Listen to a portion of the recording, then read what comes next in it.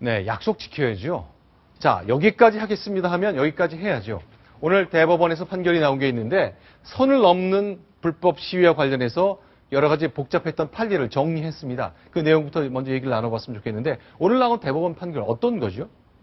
네, 대법원 1부는 일반 네. 교통방해 혐의로 기소됐던 이 재능교육 노조 조합원 유모 씨에게 이 무죄를 선고한 원심을 깨고 네. 유죄 판결을 내리면서 서울중앙지법 합의부로 돌려보냈다고 이제 밝혔는데요. 네. 이제 집회 신고를 내고 2009년 4월이었습니다. 서울 네. 종로구 해화동 이 재능교육 본사 정문 앞에서 집회를 열고 이 대학로로 이게 행진을 했나 봅니다. 네. 근데 행진할까지는 이제 신청을 집회 신고를 내고 했는데 그리고 와서 돌아와서 연좌 농성을 벌였다고 합니다. 거리에 앉아서 연좌 농성을 했는데 이게 이제 집회 신고가 안 됐던 거죠. 그래서 네. 경찰이 그 차로를 점거해서 차량 통행을 방해한 혐의로 기소를 했고 1심이 유죄를 벌금 70만 원을 선고를 했습니다. 자, 그러니까 집회할 때요. 뭐 여기서 시위도 하겠다, 집회하겠다 다 법으로 허용이 되는 건데 문제는 약속한 것을 넘어서 도로를 점거한 것 그런 거잖아요. 그렇습니다. 그래서 지금 네. 그래픽이 준비됐는데 1심에서는 유죄가 나오면서 네. 벌금 70만 원, 차로 점거, 차량 통행 방해했다. 이렇게 판결을 했는데 2심에서 이제 이게 뒤집혔습니다. 2심에서는 무죄가 나온 거죠. 이 차로를 점거했지만 한산한 이면 도로였기 때문에 이게 큰 문제가 되지 않는다. 이렇게 판결을 했습니다. 하지만 대법원이 또다시 판결을 뒤집었는데요.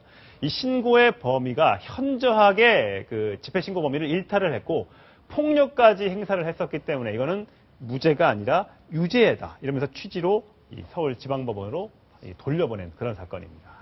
네, 자, 오늘은 그러면 이제 전교조도 관련된 얘기가 좀 들어와 있는데 선생님들이 조퇴 투쟁을 했다면서요? 예, 그렇습니다. 오늘 네. 오후 서울 도심에서 네. 교사 1,500여 명이 모여가지고 시위를 네. 벌였는데 법의 노조 판결에 대해서 반대하는 첫 대규모 시위입니다. 선생님들이 이제 조퇴 투쟁이라는 게 수업 다 안 하고 퇴근을 일찍 해가면서 집회 장소에 나왔다는 얘기죠? 오늘 이 조퇴 투쟁이 지난 2006년에 교원평가제에 반대하는 그 투쟁 이후로, 시위 이후로 8년 만에 처음 열리는 이 조퇴 투쟁입니다.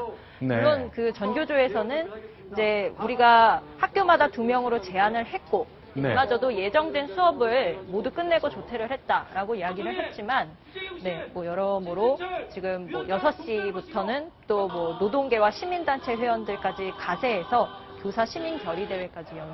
자, 지금 보시는 분들은 우리 학교에서 초등학교, 중학교, 고등학교 학생들을 가르치는 선생님들의 모습인데요.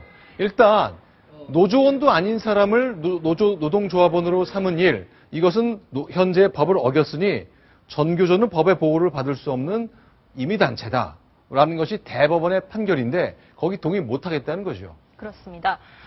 이 집회가 계속 예고가 됐었고 네. 검찰과 경찰도 이에 대비해서 이 집단행동은 국가공무원법 위반 그리고 형법상의 업무방해에 해당되기 때문에 참여하지 말아라라고 압박을 넣었고요. 네. 교육부에서도 일선 학교에 지난 23일에 회의를 열고서는 전교조의 대정부 투쟁이 이 수업권과 아이들의 수업권과 학습권을 침해할 수 있기 때문에 네. 이제 조퇴를 허용하지 말아라라는 이제 지시를 내린 바 있습니다. 조퇴의 이런 문제가 결국 한 사람 선생님이 조퇴하는 거에 뭐 당연히 보호받을 수 있는 권익이긴 한데 수천 500명의 선생님이 어떤 정치적 목적을 갖고 한꺼번에 집단 행동하는 것 이거는 법을 어긴 거죠.